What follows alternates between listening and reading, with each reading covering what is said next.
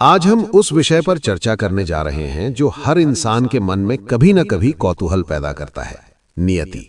अक्सर लोग पूछते हैं कि नियति सजा कब देती है? क्या ईश्वर बैठकर हमारे पापों का हिसाब लगा रहे हैं? श्री कृष्ण ने भगवद गीता के उपदेशों में इस सत्य को बड़ी गहराई से समझाया है। देखिए, नियति कोई निर्दयी न्यायाधीश नहीं है जो डंडा लेकर खड़ी हो, बल्कि नियति एक दर्पण है जो केवल वही दिखाती है जो आप उसके सामने लेकर आते हैं। जब हम कहते हैं कि नियति सजा दे रही है, तो असल में हम अपने ही बोए हुए बीजों की फसल काट रहे होते हैं। समय का चक्र जब घूमता है तो वो किसी के साथ पक्षपात नहीं करता। कृष्ण कहते हैं कि कर्म की गति अत्यंत सूक्ष्म है।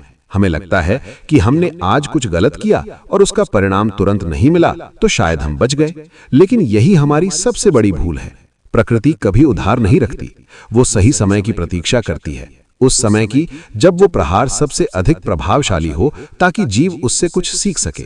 सजा का उद्देश्य विनाश नहीं बल्कि संशोधन होता है।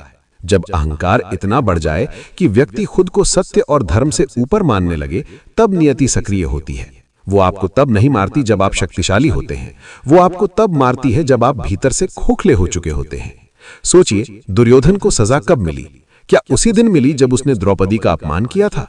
नहीं, उसे सजा तब मिली जब उसने शांति के हर प्रस्ताव को ठुकरा दिया, और अंत में जब वो रणभूमि में अकेला खड़ा था, तब उसे एहसास हुआ कि उसकी सारी शक्ति और उसका साम्राज्य केवल रेत का महल था। नियति तब सजा देती है जब मनुष्य को सुधारने के सारे अवसर समाप्त हो जाते हैं। अगर आज आपके जीवन में संघर्ष है, अगर आज आपको लग रहा है कि आपके साथ अन्याय हो रहा है, तो रुकिए और विचार कीजिए, क्या यह सजा है या ये एक प्रशिक्षण है? कई बार जिसे हम सजा समझते हैं, वो असल में ईश्वर का हमें सही रास्ते पर लाने का एक कठोर तरीका होता है। कृष्ण अर्जुन से कहते हैं कि हे पार्थ, फल की चिंता मत कर, क्योंकि फल देना तेरा अधिकार नहीं है। और यही बात सजा पर भी लागू होती है। जब आप किसी का दिल दुखाते हैं, जब आप छल का सहारा लेते हैं, तो आप ब्रह्मांड में एक ऐसी ऊर्जा छोड़ देते हैं जो घूमकर वापस आप तक ही आएगी। इसे आप कर्म का सिद्धांत कहें या नियति का प्रहार, परिणाम अटल है। अक्सर लोग निराश होकर बैठ जाते हैं कि मेरे साथ ही ऐसा क्यों हो रहा है, मैंने तो कभी किसी का बुरा नहीं किया। यहां हमें समझना होगा कि नियति केवल इस जन्म के कर्मों का हिसाब नहीं रखती, वो एक अनंत श्रृंखला है। लेकिन इसका अर्थ ये नहीं कि आप हार मान ले। नियति के वार से बचने का केवल एक ही तरीका है, धर्म का मार्ग। जब आप सत्य के साथ खड़े होते हैं तो नियति आपकी ढाल बन जाती है, लेकिन जब आप अधर्म का साथ देते हैं तो वही नियति आपका काल बन जाती है। जोश जगाइए अपने भीतर, क्योंकि सजा का डर उन्हें होना चाहिए जिनके इरादे नेक नहीं हैं। अगर आप कर्मठ हैं, अगर आप न्यायप्रिय हैं, तो नियति आपके लिए पुरस्कार लेकर आएगी। याद रखिए, समय कभी नहीं सोता, वो हर एक पल को दर्ज कर रहा है। आपकी हर चुप्पी, आपका हर कदम, आपकी हर सोच नियति की किताब में लिखी जा रही है। सजा तब आती है जब पाप का घड़ा भर जाता है, और जब वो गिरता है तो कोई भी धन, कोई भी सेना और कोई भी रसूख आपको बचा नहीं पाता। इतिहास गवाह है कि बड़े बड़े सम्राट जिन्होंने खुद को अजेय समझा, वे नियति के एक छोटे से प्रहार से मिट्टी में मिल गए। क्यों? क्योंकि उन्होंने समय की चेतावनी को अनसुना कर दिया था। श्री कृष्ण कहते हैं कि मैं ही काल हूं, मैं ही समय हूं, और समय जब न्याय करता है तो वो बहुत ही निष्पक्ष होता है। आपके भीतर वो ज्वाला होनी चाहिए कि आप अपने कर्मों को इतना शुद्ध रखें कि नियति को आपको सजा देने का अवसर ही ना मिले। जीवन में आने वाली हर बाधा को सजा मत मानिए, उसे एक चुनौती मानिए खुद को साबित करने की। लेकिन अगर आप जानबूझकर गलत राह पर चल रहे हैं तो सावधान हो जाइए, क्योंकि नियति की अदालत में वकालत नहीं चलती, वहां केवल गवाही चलती है आपके अपने कर्मों की। जब इंसान का विवेक मर जाता है, तब नियति का पहला प्रहार होता है। वो आपसे आपका धन या सुख छीनने से पहले आपकी बुद्धि छीन लेती है। विनाशकाले विपरीत बुद्धि, यही वो क्षण है जब सजा की प्रक्रिया शुरू होती है। आप गलत फैसले लेते हैं, आप अपनों को दुश्मन समझने लगते हैं, और आप अंधे होकर पतन की ओर बढ़ने लगते हैं। कृष्ण ने बार बार समझाया है कि सजग रहो। सजगता ही सजा से बचने का एकमात्र मार्ग है। क्या आप तैयार हैं अपने जीवन को एक नई दिशा देने के लिए? क्या आप तैयार हैं अपने कर्मों के प्रति जवाबदेह होने के लिए? ये जीवन कोई इत्तेफाक नहीं है, ये एक गणित है। जैसा इनपुट होगा वैसा ही आउटपुट मिलेगा। अगर आप नफरत बोएंगे तो प्यार की उम्मीद कैसे कर सकते हैं? अगर आप दूसरों की राह में कांटे बिछाएंगे तो आपके पैर जख्मी होना तय है। नियति सजा तब देती है जब उसे लगता है कि अब इंसान को जगाने का केवल यही एक तरीका बचा है। वो एक माँ की तरह है जो पहले फुसलाती है, फिर समझाती है, और जब बच्चा नहीं मानता तो एक चांटा भी लगाती है।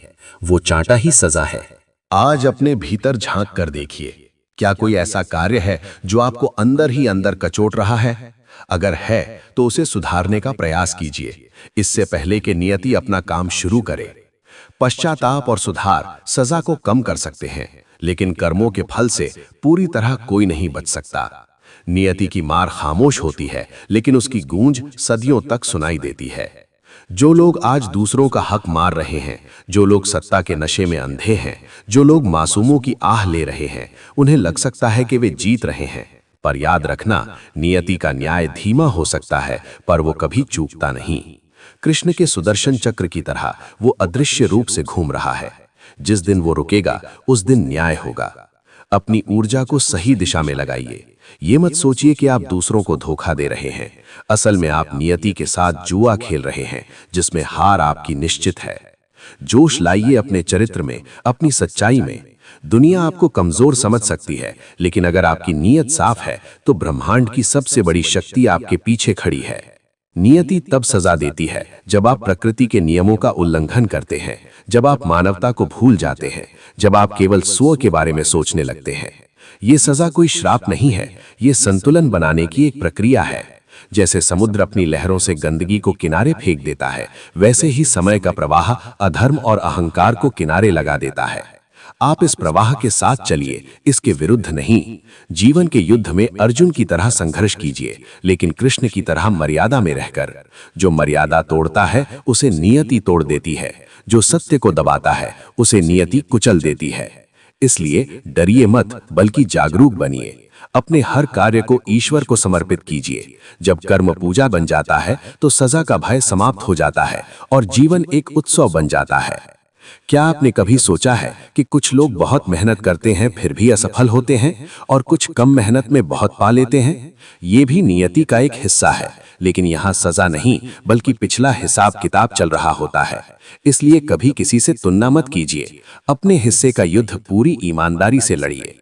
नियति की सजा का सबसे भयानक रूप है अकेलापन। जब इंसान अपने कर्मों के कारण अपनों का विश्वास खो देता है, तब उसे एहसास होता है कि उसने क्या खोया है। वो सजा शारीरिक कष्ट से कहीं अधिक पीड़ादायक होती है। मानसिक संताप, ग्लानि और पछतावा ये नियति के वो हथियार हैं जो इंसान को अंदर से तोड़ देते हैं। लेकिन याद रखिए, कृष्ण ये भी कहते हैं कि हर सजा के बाद एक नया जन्म होता है, एक नई शुरुआत होती है। नियति आपको मिटाना नहीं चाहती, वो आपको नया रूप देना चाहती है। जैसे सोने को शुद्ध करने के लिए आग में तपाया जाता है, वैसे ही नियति हमें सजा देकर हमारी अशुद्धियों को दूर करती है। अगर आप आज तप रहे हैं तो समझ लीजिए कि आप कुंदन बनने की प्रक्रिया में है। अपनी हिम्मत को टूटने मत दीजिए। नियति का खेल बहुत निराला है। वो राजा को रंक और रंक को राजा बनाने में देर नहीं लगाती। बस आपकी निष्ठा अटल होनी चाहिए। सोचिए उस क्षण के बारे में जब कुरुक्षेत्र के मैदान में बड़े बड़े योद्धा गिरे पड़े थे। क्या वो केवल एक युद्ध था? नहीं, वो नियति द्वारा किया गया एक महाशुद्धिकरण था। जब धरती पर अन्याय का बोझ बढ़ गया तो नियति ने सजा के रूप में युद्ध को चुना। सजा व्यक्तिगत भी होती है और सामूहिक भी। आज की दुनिया में जो अशांति है, जो बीमारियां हैं, जो आपदाएं हैं, क्या ये नियति की सजा नहीं है? क्या ये हमें चेतावनी नहीं दे रही कि हम अपनी सीमाओं को लांघ रहे हैं? अपनी आत्मा की आवाज सुनिए, वही कृष्ण की आवाज है। वो आपको बार बार संकेत देती है, रुकने की कोशिश करती है। जब हम उन संकेतों को नजरअंदाज करते हैं, तभी नियति को सजा का रास्ता अपनाना पड़ता है। जोश के साथ संकल्प लीजिए कि आप उन संकेतों को समझेंगे। आप अपने जीवन के रथ के सारथी खुद बनेंगे, लेकिन लगाम कृष्ण के हाथों में सौंपकर। सजा तब नहीं मिलती जब आप हारते हैं। सजा तब मिलती है जब आप लड़ना छोड़ देते हैं या गलत तरीके से जीतने की कोशिश करते हैं। नियति का कानून अटूट है। वो किसी भी गुफा, किसी भी महल या किसी भी ऊंचे पद पर बैठे व्यक्ति को ढूंढ लेती है। वो रोशनी की तरह है जो अंधेरे को चीर कर बाहर आती है। अगर आप सच के साथ हैं तो अंधेरे से मत डरिए, लेकिन अगर आप झूठ के साथ खड़े हैं तो रोशनी से बचकर कहां जाएंगे? कृष्ण का जीवन हमें सिखाता है कि कठिन से कठिन परिस्थितियों में भी मुस्कुराते हुए अपने धर्म का पालन कैसे करना है। जो मुस्कुराते हुए चुनौतियों का सामना करता है, नियति उसके सामने नतमस्तक हो जाती है। सजा उनके लिए है जो कायर है और छल का सहारा लेते हैं।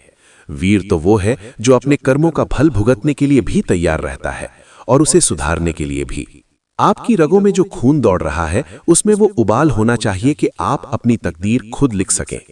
नियति आपको केवल कच्चा माल देती है, उसे मूर्त बनाना आपके हाथ में है। अगर आप पत्थर को चोट नहीं मारेंगे तो वो सुंदर मूर्त कैसे बनेगा? वो चोट सजा नहीं है, वो निर्माण है। इसलिए जब भी जीवन में कष्ट आए तो सोचिए कि नियति आपको गढ़ रही है। वो आपको सजा नहीं दे रही, बल्कि आपको और बेहतर बना रही है। लेकिन इस प्रक्रिया में अहंकार को आने मत दीजिए। जैसे ही मैं आता है, वैसे ही पतन शुरू हो जाता है।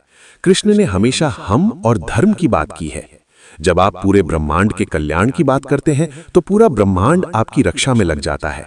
फिर नियति सजा देने वाली नहीं, बल्कि वरदान देने वाली बन जाती है। नियति कब सजा देती है, इस प्रश्न का उत्तर बहुत सरल है। वो तब सजा देती है जब आप अपनी मर्यादा भूल जाते हैं। वो तब सजा देती है जब आप कमजोरों पर अत्याचार करते हैं।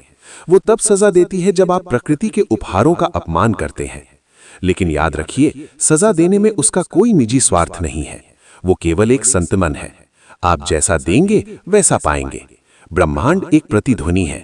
अगर आप प्यार चिल्लाएंगे तो प्यार वापस आएगा, अगर आप नफरत चिल्लाएंगे तो नफरत वापस आएगी। सजा आपके अपने कर्म की गूंज है। इस गूंज को बदलिए, अपनी वाणी में मधुरता लाइए, अपने कर्मों में शुद्धि लाइए और अपने विचारों में स्पष्टता। जोश और जुनून के साथ अपने लक्ष्य की ओर बढ़िए, लेकिन अपनी जड़ों को मत भूलिए। जड़ें हैं आपके संस्कार, आपकी नैतिकता। जब जड़ें मजबूत होती हैं तो नियति के बड़े से बड़े तूफान भी आपको हिला नहीं पाते, और अगर जड़ें कमजोर हैं तो एक छोटा सा झोंका भी आपको गिरा देगा। वो गिरना ही सजा है। अपनी आत्मा को इतना शक्तिशाली बनाइए कि सजा का डर ही खत्म हो जाए, क्योंकि जब आप निष्काम भाव से कर्म करते हैं तो आप नियति के चक्र से ऊपर उठ जाते हैं। वही मोक्ष का मार्ग है। क्या आप इस मार्ग पर चलने के लिए तैयार हैं? क्या आप में वो साहस है कि आप अपने अतीत की गलतियों को स्वीकार करें और एक नए भविष्य का निर्माण करें? समय भाग रहा है। हर बीतता पल आपको सजा के करीब ले जा रहा है या पुरस्कार के, ये इस बात पर निर्भर करता है कि आप इस पल में क्या कर रहे हैं। आलस, निंदा, ईर्ष्या और क्रोध, ये वो दीमक हैं जो आपके भविष्य को खा रहे हैं। नियति इन दीमकों के रूप में ही सजा देना शुरू करती है। वो आपसे आपकी शांति छीन लेती है, आपकी नींद छीन लेती है। क्या आपको शांति चाहिए? तो धर्म की शरण में जाइए। कृष्ण की शिक्षाओं को केवल सुनिए मत, उन्हें जिए। जब आप गीता के सार को अपने जीवन में उतारते हैं तो नियति आपकी दासी बन जाती है। वो आपके लिए वो रास्ते खोलती है जिनकी आपने कल्पना भी नहीं की थी। अपने भीतर की ऊर्जा को पहचानिए।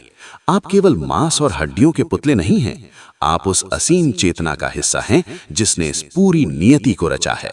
जब आप उस केंद्र से जुड़ जाते हैं तो सजा का कोई अस्तित्व ही नहीं रह जाता। वहां केवल अनंत आनंद और प्रकाश है। लेकिन उस केंद्र तक पहुंचने के लिए आपको कर्मों की अग्नि से गुजरना होगा। अपनी जिम्मेदारी से मत भागिए। सजा से भागने वाला व्यक्ति कायर कहलाता है, लेकिन सजा को सबक मानकर बदलने वाला व्यक्ति नायक कहलाता है। आज आपको तय करना है कि आप क्या बनना चाहते हैं। नियति तैयार है, समय तैयार है और श्री कृष्ण का मार्गदर्शन आपके पास है। बस एक कदम उठाने की देरी है।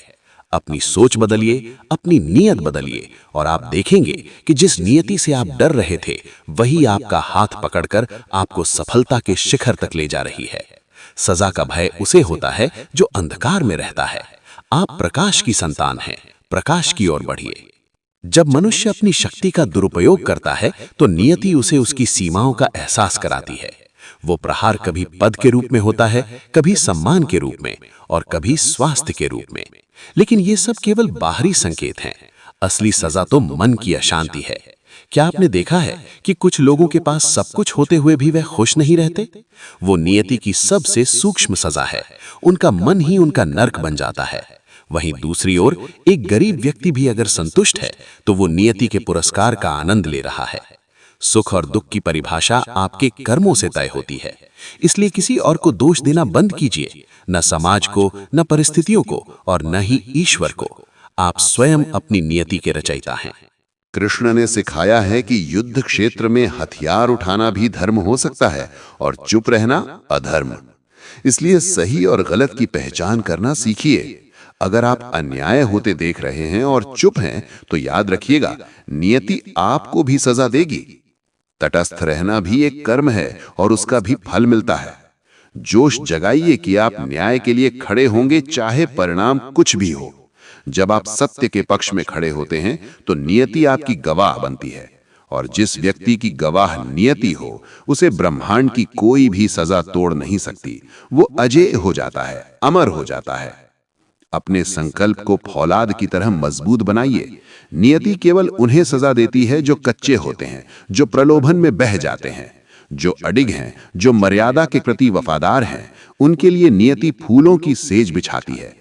लेकिन ये रास्ता आसान नहीं है, इसमें संघर्ष है, इसमें परीक्षा है। नियति सजा देने से पहले 1000 बार परीक्षा लेती है। अगर आप परीक्षा में पास हो गए तो पुरस्कार मिलेगा, और अगर आप भटक गए तो सजा तय है। ये एक निरंतर चलने वाली प्रक्रिया है। इसे बोझ मत मानिए, इसे जीवन का खेल मानिए। एक ऐसा खेल जिसके नियम श्री कृष्ण ने तय किए हैं। क्या आप उस अनंत ऊर्जा को महसूस कर पा रहे हैं? वो आपके भीतर है, उसे जगाने की जरूरत है। नियति का सजा देना कोई अंत नहीं है, बल्कि एक नई संभावना का द्वार है। जब पुरानी दीवारें गिरती हैं, तभी नए महल बनते हैं। अगर नियति आज आपके जीवन की पुरानी दीवारें गिरा रही है, तो डरिए मत। वो आपके लिए कुछ भव्य बनाने की तैयारी कर रही है। बस विश्वास रखिए, उस परम सत्ता पर विश्वास और खुद की मेहनत पर विश्वास। जब ये दोनों मिल जाते हैं, तो नियति भी अपने फैसले बदल देती है। हाँ, कर्मों को बदला जा सकता है, प्रायश्चित से, सेवा से और समर्पण से। कृष्ण कहते हैं कि जो मेरी शरण में आता है, मैं उसके पापों का नाश कर देता हूं। इसका मतलब ये नहीं कि सजा नहीं मिलेगी। इसका मतलब ये है कि उस सजा को सहने की शक्ति आपको मिल जाएगी, और उस सजा का प्रभाव आप पर वैसा नहीं होगा जैसा एक अज्ञानी पर होता है। आप उस दर्द से भी कुछ नया और सुंदर पैदा करेंगे। यही नियति का जादू है। वो कोयले को हीरा बनाने का हुनर जानती है, लेकिन कोयले को आग में जलना ही पड़ता है। क्या आप जलने के लिए तैयार हैं? क्या आप खुद को तराशने के लिए तैयार हैं? अगर हाँ, तो नियति की हर सजा आपके लिए एक वरदान साबित होगी। इस निरंतर यात्रा में कभी रुकना मत। सजा का डर आपकी गति को धीमा न कर दे, बल्कि ये डर आपको और अधिक जागरूक बनाए। हर कदम फूंक फूंक कर रखें, हर शब्द तौल मोल कर बोलें, क्योंकि जो आज आप कह रहे हैं, जो आज आप कर रहे हैं, वही कल आपकी नियति बनकर आपके सामने खड़ा होगा। ये चक्र अटूट है, ये चक्र अनंत है। अपनी नियति को सजा से पुरस्कार की ओर ले जाने का सामर्थ्य केवल आप में है। उठिए, जागिए और अपने कर्मों के प्रकाश से इस संसार को आलोकित कीजिए। याद रखिए, नियति केवल उन्हीं को सजा देती है जो प्रकाश की ओर पीठ करके खड़े होते हैं। आप प्रकाश की ओर मुख कीजिए और फिर देखिए कैसे परछाइयां गायब हो जाती हैं और केवल अनंत आनंद शेष रह जाता है।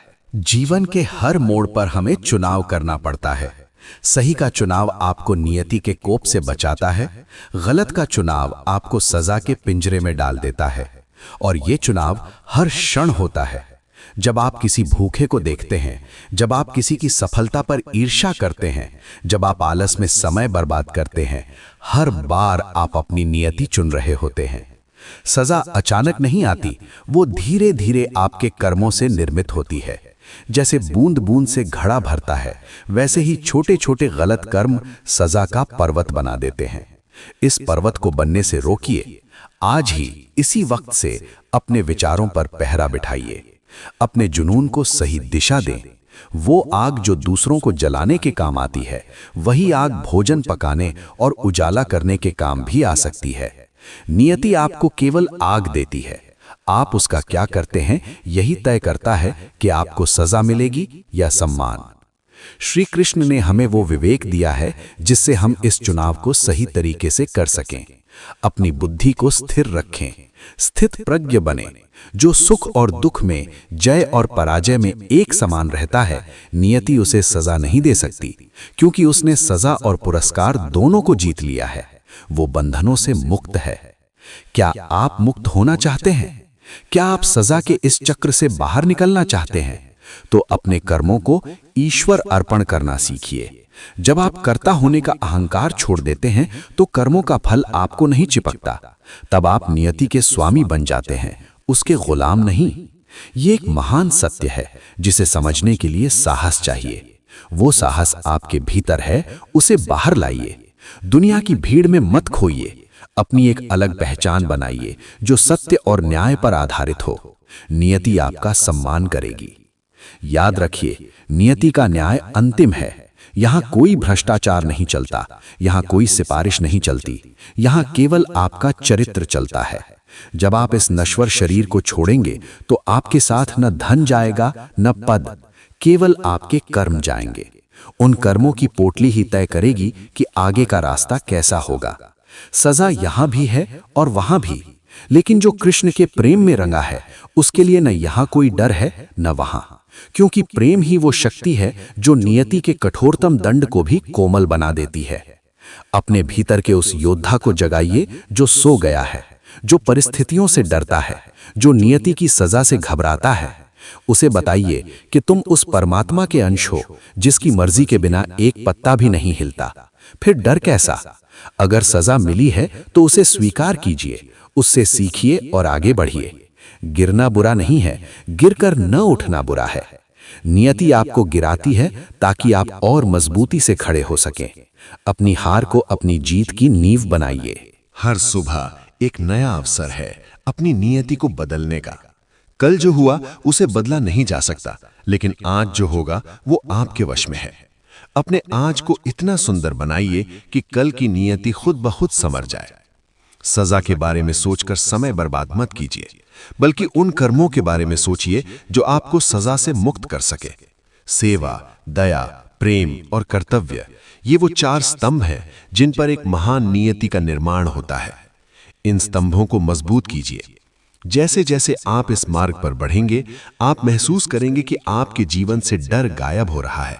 सजा का विचार आपको परेशान नहीं करेगा, बल्कि आपको जिम्मेदार बनाएगा। आप हर काम को पूरी निष्ठा से करेंगे। आपकी आंखों में एक चमक होगी, आपके चेहरे पर एक तेज होगा। यही वो अवस्था है जहां मनुष्य नियति के साथ कदम से कदम मिलाकर चलता है। फिर कोई सजा नहीं, केवल एक अनंत यात्रा रह जाती है जिसमें हर अनुभव एक सीख है, हर दुख एक शुद्धि है और हर सुख एक प्रसाद है। निरंतर चलते रहिए। रुकना मृत्यु है, चलना जीवन है। नियति भी उन्हीं का साथ देती है जो चलते रहते हैं। जो थक कर हार मान लेते हैं, नियति उन्हें सजा के रूप में गुमनामी की खाई में धकेल देती है। लेकिन जो संघर्ष करते हैं, जो अपने पसीने से अपनी किस्मत लिखते हैं, नियति उन्हें अमरता का वरदान देती है। अर्जुन ने भी संघर्ष किया था, कृष्ण ने भी संघर्ष किया था। संघर्ष ही जीवन का सत्य है। सजा केवल उसे टालने की कोशिश का परिणाम है।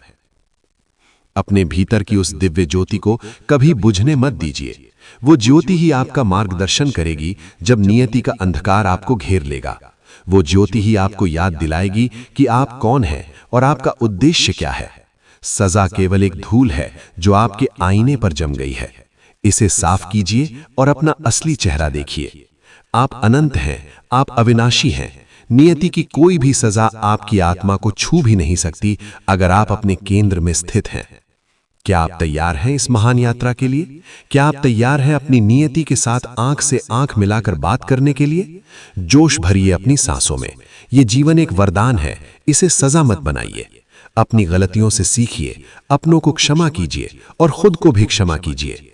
क्षमा में वो शक्ति है जो नियति के लिखे को भी बदल सकती है। जब आप किसी को दिल से माफ करते हैं तो आप ब्रह्मांड के एक बड़े कर्ज से मुक्त हो जाते हैं। और जब आप खुद को माफ करके सुधार की राह पर चलते हैं तो नियति के द्वार आपके लिए खुल जाते हैं। नियति का सजा देना अंत नहीं है, वो एक चेतावनी है। वापस लौट आओ अपने घर की ओर, अपनी सच्चाई की ओर। जो इस पुकार को सुन लेता है वो बच जाता है, जो अनसुना करता है वो भटक जाता है। आज ये आवाज आपके कानों तक पहुंच रही है। ये महज एक संयोग नहीं है, ये भी नियति का एक हिस्सा है। शायद आज आपका वो दिन है जब आपको अपनी दिशा बदलनी है। शायद आज आपकी सजा का अंत होने वाला है और एक नए सुनहरे युग की शुरुआत। अपने कर्मों की शुद्धि ही सबसे बड़ी तपस्या है। इस तपस्या में जुट जाइए। फल की चिंता छोड़कर केवल अपने कर्तव्य पर ध्यान केंद्रित कीजिए। जब आप ऐसा करते हैं तो नियति स्वयं आपकी रक्षा के लिए सुदर्शन चक्र लेकर खड़ी हो जाती है। फिर दुनिया की कोई भी ताकत, कोई भी बुरा वक्त आपको हरा नहीं सकता। आप अजेय हैं, आप अनंत हैं। इस सत्य को अपने रोम रोम में बसने दीजिए। नियति का चक्र घूम रहा है, वो देख रहा है कि आप इस संदेश को सुनकर क्या करते हैं। क्या आप फिर से वही पुरानी गलतियां दोहराएंगे या आज एक नया संकल्प लेंगे? चुनाव आपका है और परिणाम भी आपका ही होगा। लेकिन याद रखिए, कृष्ण हमेशा आपके साथ हैं। बस आपको उन्हें पुकारने की और उनके दिखाए रास्ते पर चलने की हिम्मत दिखानी है। जोश के साथ, होश के साथ अपनी नियति का निर्माण कीजिए। सजा से मत डरिए, अधर्म से डरिए, क्योंकि सजा तो केवल शरीर और मन को मिलती है, लेकिन अधर्म आत्मा को मैला कर देता है। और एक मैली आत्मा को साफ करने के लिए नियति को बहुत कठोर होना पड़ता है। अपनी आत्मा को निर्मल रखिए, गंगा की तरह पवित्र। फिर नियति की हर सजा आपके लिए एक पवित्र स्नान बन जाएगी, जो आपको और अधिक निखार देगी।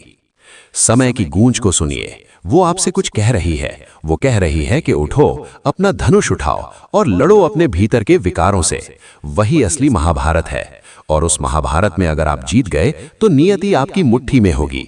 सजा का भय केवल उन लोगों के लिए है जो बाहर की दुनिया में जीतना चाहते हैं, लेकिन जो खुद को जीत लेते हैं उनके लिए नियति केवल एक सुंदर स्वप्न है।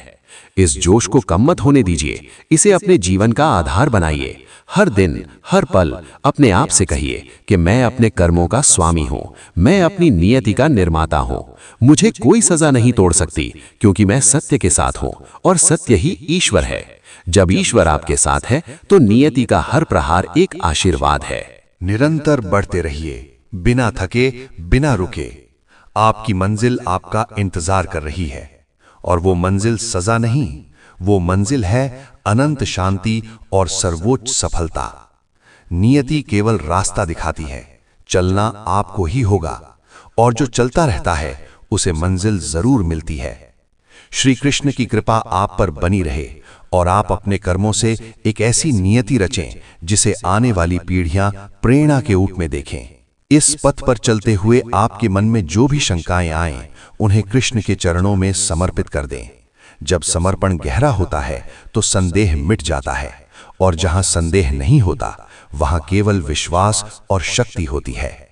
यही शक्ति आपको नियति की सजा से बचाएगी और आपको उस पद पर आसीन करेगी जिसके आप वास्तव में हकदार हैं। नियति का अर्थ बंधन नहीं, नियति का अर्थ है संभावना। आप क्या चुनते हैं वो आपकी नियति बन जाती है। इसलिए सर्वश्रेष्ठ को चुने, सत्य को चुने, प्रेम को चुने और सबसे बढ़कर अपने धर्म को चुने। यही जीवन का सार है, यही भगवद गीता का संदेश है। अपने भीतर के अर्जुन को जगाए रखें और कृष्ण को अपना सारथी बनाए रखें। जब तक सांस है तब तक आस है, और जब तक आस है तब तक नियति को बदलने का मौका है। कभी ये मत सोचिए कि बहुत देर हो गई है। कृष्ण के लिए कोई भी समय देर नहीं है। जिस क्षण आप जाग गए वही क्षण प्रभात है। अपनी पिछली सजाओं को भूलकर नए कर्मों का बीज बोना शुरू करें। फसल निश्चित रूप से मीठी होगी। आपका भविष्य आपके वर्तमान के गर्भ में है। इसे संवारना शुरू करें, जोश के साथ, पूरी ऊर्जा के साथ। दुनिया को दिखा दें कि एक इंसान अपनी इच्छा शक्ति से अपनी नियति को कैसे मोड़ सकता है। सजा को पुरस्कार में बदलने का हुनर केवल मनुष्य के पास है।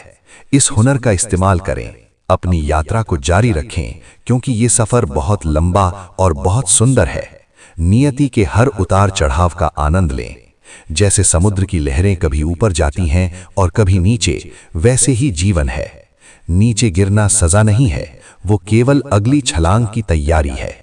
इस सत्य को समझें और हर परिस्थिति में अडिग रहें। श्री कृष्ण की गूंज आपके हृदय में हमेशा बनी रहे। वो आपको कभी गलत राह पर नहीं जाने देगी, और अगर कभी आप भटक भी गए तो वो अपनी बांसुरी की मधुर तान से आपको वापस बुला लेंगे। बस अपना कान उनके संगीत की ओर लगाए रखें। आपकी नियति धन्य हो जाएगी। बढ़ते रहें, क्योंकि यही प्रकृति का नियम है। जो रुक गया वो सड़ गया, जो चलता रहा वो पवित्र रहा। अपनी पवित्रता को बनाए रखें और नियति के महान न्याय में विश्वास रखें। वो न्याय जो केवल प्रेम और करुणा पर आधारित है, भले ही वो कभी कभी कठोर सजा के रूप में क्यों न दिखे। आगे क्या होगा ये सोचकर वर्तमान को खराब ना करें। जो होना है वो होकर रहेगा, लेकिन आप उसे कैसे स्वीकार करते हैं ये आपके हाथ में है। अपनी मानसिकता को इतना ऊंचा उठाएं कि नियति का हर फैसला आपको सही लगे। यही वास्तविक ज्ञान है। इस ज्ञान के प्रकाश में अपनी राहें खुद बनाएं। दूसरों की सजा या दूसरों के पुरस्कार को देखकर अपनी गति ना बदलें। आपकी लड़ाई केवल आपसे है। अपने आप को कल से बेहतर बनाएं। यही नियति की सबसे बड़ी मांग है। आगे बढ़ें साहस के साथ, क्योंकि ब्रह्मांड आपके साथ है। नियति आपकी मित्र है, आपकी शत्रु नहीं। उसे मित्र की तरह समझें और वो आपके जीवन को स्वर्ग बना देगी।